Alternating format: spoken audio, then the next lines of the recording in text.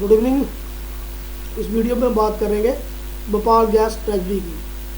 तो Bhopal gas tragedy जो है ये दुनिया का सबसे बड़ा मैन मेड डिज़ास्टर यानी कि इंडस्ट्रियल डिज़ास्टर माना जाता है।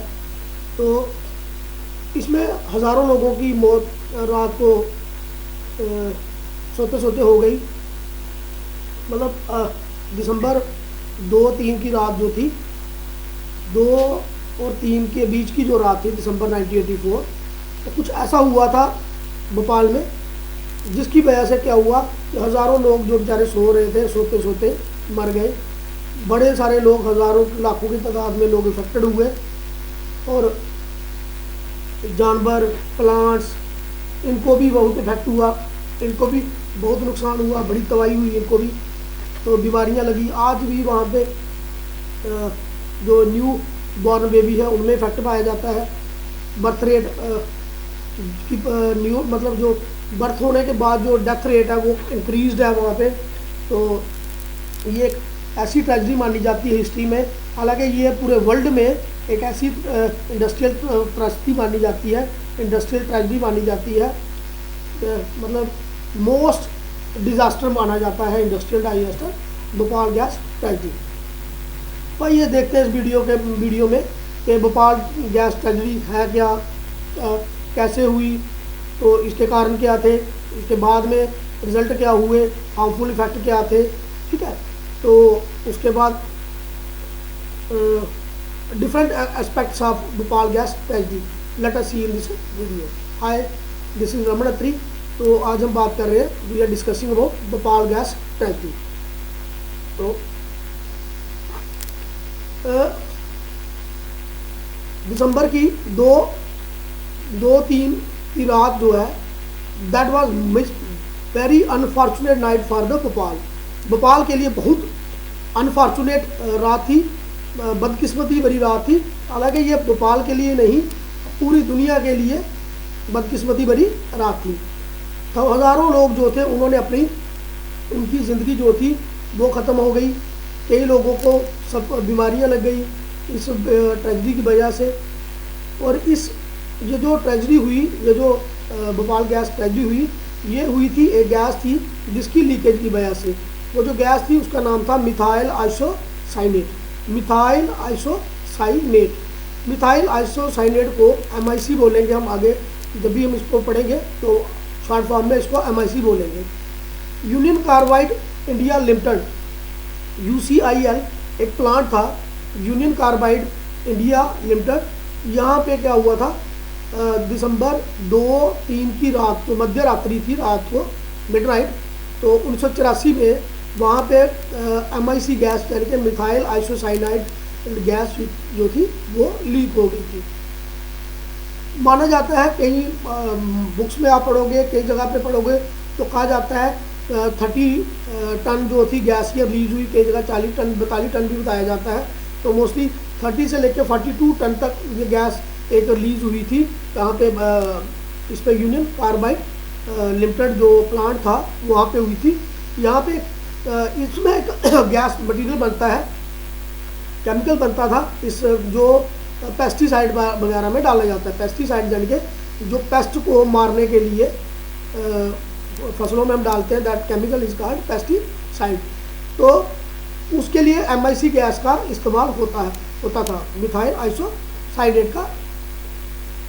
तो उसके बाद क्या हुआ कि इसमें जो 2-3 तारीख की रात जो दिसंबर की, तो वहाँ पे इस मिथाइल आइसोसाइनेट के लीकेज की वजह से रात को भोपाल में एक ऐसा डिज़ास्टर हुआ जिसमें लगभग माना जाता है कि 15 से 16 हज़ार के लगभग लोग मारे गए और 6 लाख के लगभग लोग जो हैं वो क्या हुए, इफेक्ट हुए।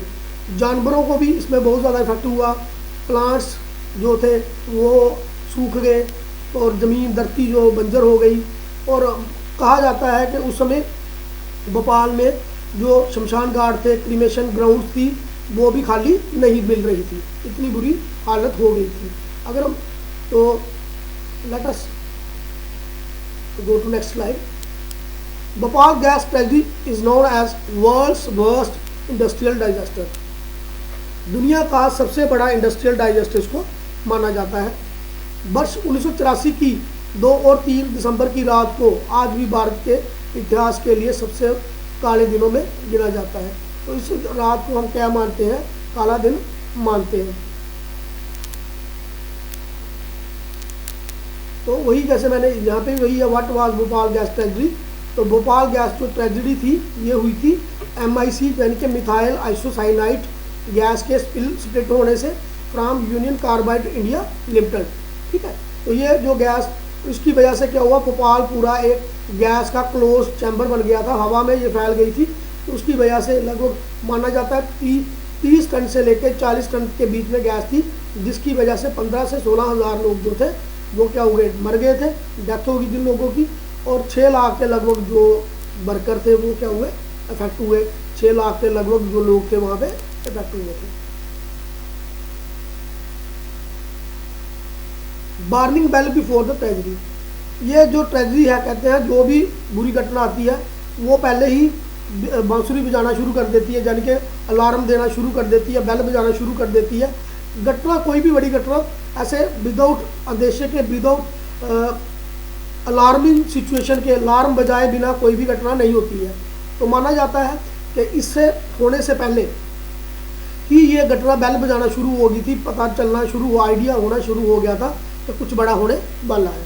तो देखते हैं, इन 1969 में UCL फैक्ट्री जो थी, जो ये एक पेस्टिसाइड पैदा करती थी, तैयार करती थी, जिसका नाम था सेविन, यूजिंग मिथाइल आइसोसाइनेट। तो बीच में ये मिथाइल आइसोसाइनेट को यूज़ करके क्या करती थी, एक केमिकल जहाँ पेस्टिसाइड तैयार करती थी जिसका नाम था सेविन। 1976 में क्या हुआ कि जो भोपाल की ट्रेड यूनियन थी उसने एक कंप्लेन, उन्होंने कंप्लेन करना शुरू की कि इस प्लांट की वजह से क्या हो रहा है, केमिकल के रिलीज होने से यहाँ पे क्या हो रहा है, पोल्यूशन हो रहा है। तो क्योंकि कुछ साल पहले क्या हुआ था कि एक वर्कर जो था उसने इस गैस को इनहेल कर लिया था, सांस में उसकी अंदर चली गई थी यह गैस, उस वजह से क्या हुआ था, उस आदमी की क्या होगी, कुछ ही घंटों के बाद क्या हो गई थी, डेथ हो गई थी। तो इन चीज़ों को देखने के बाद वहाँ पे एक जर्नलिस्ट थे, लोकल जर्नलिस्ट, तो उन्होंने वहाँ के पेपर में पब्लिश भी किया था, लोकल पेपर में पब्लिश भी किया, भोपाल के लोकल जो वहाँ का पेपर था वहाँ पे उसने अपनी फाइंडिंग्स, जो उसने जर्नलिस्ट ने जो इन्वेस्टिगेट किया वहाँ पे प्लांट के बारे में, तो उसने वहाँ पे ये बताया कि उसने ये लोगों को कहा, wake up the people of Bhopal, you are on the edge of volcano. उसने बोला कि भोपाल के लोगों जाग जाओ, आप एक ज्वालामुखी के किनारे पे बैठे हो, वो जो कभी भी फट सकता है। 2 ईयर बिफोर ट्रेजेडी स्ट्रक, इससे पहले 2 साल पहले यानी कि 1984 में ये ट्रेजेडी हुई थी। तो 1982 में क्या हुआ, 1982-3 में क्या हुआ, अराउंड 45 वर्कर्स जिनको ये फॉस्जिन गैस जो थी उससे वो क्या हो गए, इफेक्ट हो गए, एक्सपोज हो गए थे। तो उसकी वजह से क्या हुआ, उनको हॉस्पिटल में भर्ती कराया गया। 45 वर्कर जो थे उनको फिर ये इस गैस की वजह से, क्योंकि उन्होंने भी एक्सीडेंटली इनहेल कर ली थी कि गैस, मतलब सांस ले ली थी इस गैस में, तो सांस लेने से ये गैस उनके अंदर चली गई, उस वजह से उनको भी 45 जो वर्कर थे उनको भी हॉस्पिटलाइज कराया गया। तो बिटवीन 1983 और 1984 फॉस्जिन गैस दोबारा से रिलीज हुई, उसमें carbon tetrachloride, methyl isocyanate and monomethyl alamine, ये 3-4 गैसेस थी, phosgene, carbon tetrachloride, methyl isocyanate. ये मिथाइल आइसोसाइनेट बाद में जो मेन भोपाल गैस ट्रेजेडी हुई उसमें ये खाली मिथाइल आइसोसाइनेट ही रिलीज हुई थी, जहाँ स्प्लिट हुई थी। तो बाकी पहले जो दूसरी गैसेस भी इफेक्ट करती रही हैं लोगों को। तो नेक्स्ट देखते हैं, how methyl isocyanate leak happen. तो ये लीक हुई क्यों, इसका कारण क्या था। होता क्या था कि जो यूनियन कार्बाइड इंडिया भोपाल जो फ्रेंचाइज वो थी, कंपनी थी, तो बेसिकली ये USA की कंपनी, मिथाइल आइसोसाइनेट लीक्ड। तो मिथाइल आइसोसाइनेट लीक कैसे हुई, ये जो यूनियन कार्बाइड इंडिया भोपाल जो कंपनी थी, ये बेसिकली यूएसए की कंपनी थी। तो इसमें क्या हुआ कि इसके पास एमआईसी स्टोर करने के बड़े बड़े टैंक थे, सिलेंडर थे। तो उनमें उनके जो नाम थे E610, E611, E619, 3 जो सिलेंडर थे। तो उसमें जो सिलेंडर थे लगभग उसमें 68,000 लीटर उसमें क्या आती थी, एमआईसी आती थी लगभग। तो बड़े बड़े सिलेंडर थे, ये स्टोर करने के लिए यूज़ किए जाते थे। 3 सिलेंडर थे वहाँ पे, E610, E611 and E619। Very important part है कि E610 जो था, ये वाला सिलेंडर ही इसी में से स्प्लिट हुई थी गैस। जो भोपाल गैस ट्रेजरी का मेन कारण सिलेंडर था वो था E610, E610 जो था यही था। ट्रेजेडी से महीनों पहले क्या हुआ कि एमआईसी की प्रोडक्शन चल रही थी, मिथाइल आइसोसाइनेट की जो प्रोडक्शन थी वो चल रही थी। तो उसकी वजह से एमआईसी जो थी ये इन सिलेंडर्स में भरी हुई थी। बेसिकली ये इसकी प्रोडक्शन नहीं चल रही थी, ये यूज़ होती है as intermediate gas to produce Sevin, ठीक है। तो ऑटोमेटिकली ये सिलेंडर्स में भरी हुई थी। कोई भी टैंक जो था उसको 50% से ज़्यादा, यानी कि आधे से ज़्यादा, 50% से ज़्यादा उसको भरने की वो नहीं थी, नहीं भरा जाता था। भरने की परमिशन कह लो, जहाँ भरना नहीं चाहिए था। तो लेकिन क्या हुआ कि इनको जो सिलेंडर जो थे, टैंक जो थे, इनको प्रेशराइजेशन की जाती थी नाइट्रोजन गैस के साथ, ठीक है। तो जो प्रेशराइजेशन थी लिक्विड एमआईसी की, तो वो किसके साथ की जाती थी, इसके साथ, नाइट्रोजन के साथ। लेकिन हुआ क्या कि 3 में से जो ये सिलेंडर था E610, इसके लीकेज की वजह, इसकी एबिलिटी जो थी ये हो गया कि नाइट्रोजन गैस जो उसका प्रेशर रोकने की कैपेसिटी को इसने खो दिया। यानी कि प्रेशराइजेशन जो प्रोसेस नाइट्रोजन को यूज़ करके होती थी वो इस गैस में नहीं हो रही थी। यानी कि इस गैस में, इस वाले चैम्बर में क्या आ गई थी, प्रॉब्लम आ गई थी। तो उस वजह से क्या हो रहा था कि जो लिक्विड एमआईसी गैस है, क्योंकि प्रेशर देते थे इन किस गैस है, इसे नाइट्रोजन, इनर्ट नाइट्रोजन गैस है। तो वो जब प्रेशर ले नहीं रहा था, प्रेशर लीकेज हो रही होगी, तो उस वजह से क्या हो गया कि उसमें से एमआईसी गैस जो थी E610 से वो पंप आउट नहीं हो रही थी, बाहर नहीं निकल रही थी। तो और जो एज पर रूल जो था, जैसे मैंने पहले कहा कि 50% से कोई भी गैस जो है वो ज़्यादा किसी के अंदर नहीं भरी जा सकती थी। यानी कि 1 टन, मतलब 30 टन से ज़्यादा किसी भी सिलेंडर में गैस भरी नहीं जा सकती थी। लेकिन ये वाला सिलेंडर जो E10 हम जिसकी बात कर रहे हैं, इसमें 42 टन जो गैस थी। इस वजह से क्या हुआ कि जो यूनाइटेड कार्बाइड लिमिटेड जो ये यूनिट था, इसको क्या करना पड़ा, मिथाइल आइसोसाइनाइड की प्रोडक्शन को रोकना पड़ा, ठीक। तो उस वजह से इन्होंने क्या कर दिया था, मिथाइल आइसोसाइनाइड की प्रोडक्शन उस समय रोक दी भोपाल वाले प्लांट में। तो थोड़ी देर के लिए प्लांट शट डाउन रहा था, ये हम बात कर रहे हैं बिफोर द ट्रेजडी के पहले थोड़ी सी।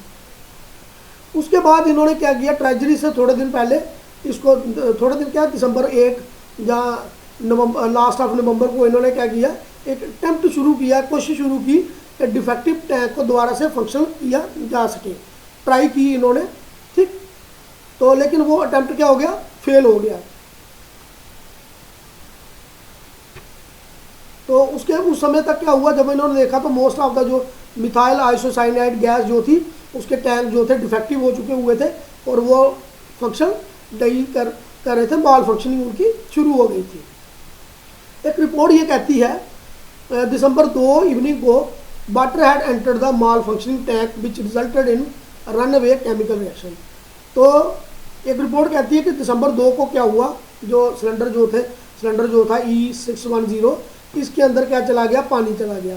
अब जो मिथाइल आइसोसाइनेट गैस है ये वाटर के साथ क्या कर जाती है, रिएक्शन कर जाती है, और गैस के उसके अंदर सिलेंडर के अंदर का पानी की वजह से रिएक्शन हो गई। रिएक्शन होने की वजह से उसका जो प्रेशर था वो 5 गुना बढ़ गया। ठीक, तो वो जो प्रेशर जो था 5 गुना क्या हो गया, बढ़ गया। तो जिस प्रेशर की बढ़ने की वजह से वहाँ के जो वर्कर थे उनको लगभग आधी रात तक ये फील होना शुरू हो गया कि MIC गैस जो है ये लीक होना शुरू हो गई है। अब क्या किस तरीके से रोकना था, क्या करना था, इससे पहले कि वो समझ पाते क्या कंट्रोल करना है क्या नहीं करना है, उससे पहले क्या हो गया, ये 1 घंटे के अंदर अंदर ये सारी गैस एटमॉस्फेयर में फैल गई, और उस फैलने की वजह से जो लोग सोए हुए थे बेचारे सोए रह गए, जो जाग रहे होंगे वो सड़कों पे, कहते हैं सड़कों पे दौड़ रहे थे, कहीं उल्टियाँ कर रहे थे, वोमिटिंग कर रहे थे, स्पिटिंग चला रहे थे। तो एक रिपोर्ट में वहाँ के जो survivor of the Bhopal gas tragedy है उन्होंने ये बताया कि उस समय की जो हालात थे तो मतलब उससे सर्वाइव करना, जैसे वो गैस रिएक्ट कर रही थी उससे सर्वाइव करने से बेहतर था कि आदमी उस समय मर जाता। उसने कहा कि death was good at that time rather than surviving for life during Bhopal gas tragedy. तो उस समय का जो मंजर था that was very terrific. Plants को इफेक्ट हुआ, ज़मीनों को इफेक्ट हुआ, एनिमल्स को इफेक्ट हुआ, बड़े सारे एनिमल मारे गए, प्लांट जो थे सूख गए, डिस्ट्रॉय हो गए, और जो ज़मीनें वो भी बंजर हो गई। इवन के आज अगर देखा जाए तो अप्रॉक्सीमेटली 40 ईयर्स हो गए इस ट्रेजेडी को हुए, आज भी वहाँ के एटमॉस्फेयर में इसका इफेक्ट पाया जाता है। नेक्स्ट देखते हैं effect of methyl isocyanate leakage. Doctors जो थे जब ये हैपनिंग हुई, मिस हैपनिंग हुई, तो डॉक्टर को इसके बारे में पता नहीं था, क्योंकि अचानक से इतने पेशेंट आ जाना, इतने बड़ी त्रासदी हो जाना, और जिसके लिए सरकार सिस्टम तैयार ना हो, तो उस समय ऑटोमेटिकली बड़ी चीज़ें बदल जाती हैं। Doctor were not aware of proper treatment method कि इस मिथाइल आइसोसाइनेट से ट्रीटमेंट कैसे करना है, डॉक्टरों को उनके बारे में पता नहीं था। तो इस गैस ने लगभग 15 से 16 हज़ार लोगों को मार दिया। हालांकि जो रिटर्न या गवर्नमेंट की तरफ से दिए गए आंकड़े वो 3000 समथिंग है, लेकिन इट इज़ 15 से 16 हज़ार के लगभग लोग मरे, और 6 लाख के लगभग लोग जो है वो क्या हुए, अफेक्ट हुए। तो द स्टिल बर्थ रेट और न्यूनेटल मोर्टेलिटी जो है, मतलब जो बच्चे नवजात शिशु उनके मरने की, नवजात शिशु जो है उनके मरने, बच्चे जो है उनके मरने की डेथ रेट आज भी इंक्रीज है। गैस की वजह से ट्रीज पे, एनिमल्स पे बहुत इफेक्ट हुआ। ठीक है, ज़मीनें बैरन हो गई, एरिया बैरन हो गया, और लोग people ran on the streets vomiting and dying. लोग गलियों में ऐसे दौड़ रहे थे, उल्टियाँ मार रहे थे और मर रहे थे। The city ran out of cremation ground, और शहर जो भोपाल शहर है वो खाली, मतलब वहाँ के जो क्रीमेशन ग्राउंड थे वो भी, उसमें भी जगह कम पड़ रही। Government response to Bhopal gas tragedy. अब गवर्नमेंट का रिस्पांस क्या था भोपाल गैस ट्रेजेडी को लेकर के। हालांकि इंडियन गवर्नमेंट ने भी कभी इस तरीके का डाइजेस्टर डील नहीं किया था, तो उन्होंने क्या किया, लीगल प्रोसीडिंग शुरू हो गई किसके बीच में, इंडिया के बीच में, और इंडियन गवर्नमेंट और UCC के बीच में, यूनियन कार्बाइड जो कंपनी थी इसके बीच में। और and the US began right after the catastrophe. US के बीच में, इनके बीच में शुरू होगी क्या, लीगल फाइट शुरू हो गई।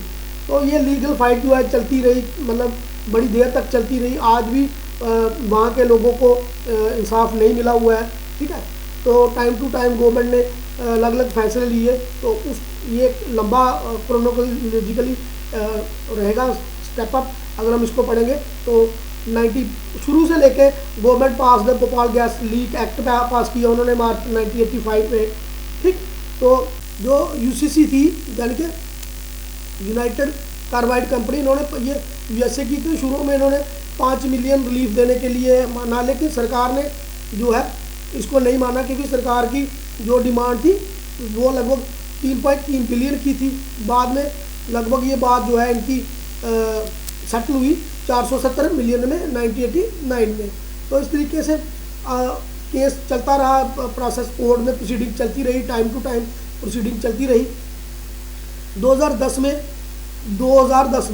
इन जून 2010 में क्या हुआ, 7 जो एम्प्लॉय थे उस समय यूसीआईएल के जो एम्प्लॉय थे, यूनियन कार्बाइड जो इंडिया लिमिटेड भोपाल यूनिट था, तो उनको सज़ा हुई। ठीक है, उनको क्या हुई, कन्विक्टेड काजी लोगों को, डेथ लोगों को मारने के जिम्मेवार ठहराया गया और उनको 2 साल की सज़ा हुई। लेकिन 2 साल की सज़ा क्या हुई, बाद में वो भी छोड़ दिए गए। ठीक, next, Bhopal gas tragedy over decades of tragedy, मतलब उसके बाद क्या होता है कि यूसीएस जो कंपनी है, यूसीसी जो कंपनी है, वो चली जाती है यूएस की डो केमिकल कंपनी के पास चली जाती है। तो डो केमिकल कहती है अब नए लोग आ जाते हैं वहाँ पे, तो नए लोगों का नया सिस्टम हो जाता है। ठीक, तो वो कहते हैं कि आफ्टर जो पूरी की पूरी कंपनी अलग ऑनरशिप में चली जाती है, तो फिर अलग दोबारा से प्रोसीडिंग नए तरीके से शुरू हो जाती हैं। इंग्रिड एक्मैन, उन्होंने अपनी एक बुक है भोपाल सागा, वो बताती है death would have been a great relief it's worse to be survivor. तो उसने जो बुक में लिखा था, तो एक जो वहाँ के सर्वाइवर कोई बचे लोग थे, उन्होंने एक स्टेटमेंट दी थी कि उस समय death would have been great relief, कि जो मौत थी उस समय एक रिलीफ देती, इससे कि इंसान बचता, क्योंकि उस गैस की वजह से इतने पॉइजनस इफेक्ट हो रहे थे। तो मेन एक्यूज्ड जो थे उस समय, जो प्रेसिडेंट थे यूनियन कार्बाइड कॉरपोरेशन के, वो थे वार्न एंडरसन। तो इनको जो 1 फरवरी 1992 को भोपाल कोर्ट जो था, उन्होंने एब्सकॉन्डर जहाँ भगोड़ा घोषित कर दिया। ठीक, तो भगोड़ा घोषित कर दिया और नॉन अवेलेबल वारंट जो है 1992 में उनके खिलाफ निकला, 2 बार निकला, 1992 में भी निकला और 2009 में भी निकला। लेकिन एक नेचुरल डेथ इंसिडेंट की वजह से उनकी 2014 में एंडरसन जो चेयरमैन थे किसके, यूनियन कार्बाइड कॉरपोरेशन के, उनकी क्या हो जाती है, डेथ, और ही वाज नेवर पनिश्ड। तो और कभी भी उनको सज़ा नहीं हुई। तो this was a video on Bhopal gas tragedy. I hope कि ये आपको वीडियो जो आपके लिए काफ़ी इन्फॉर्मेटिव रहेगा। तो kindly share, like and subscribe my channel. Also hit the bell icon so that you will get new uploaded video as soon as possible, जल्द सब। ठीक है, तो good evening everybody, thank you for watching this video.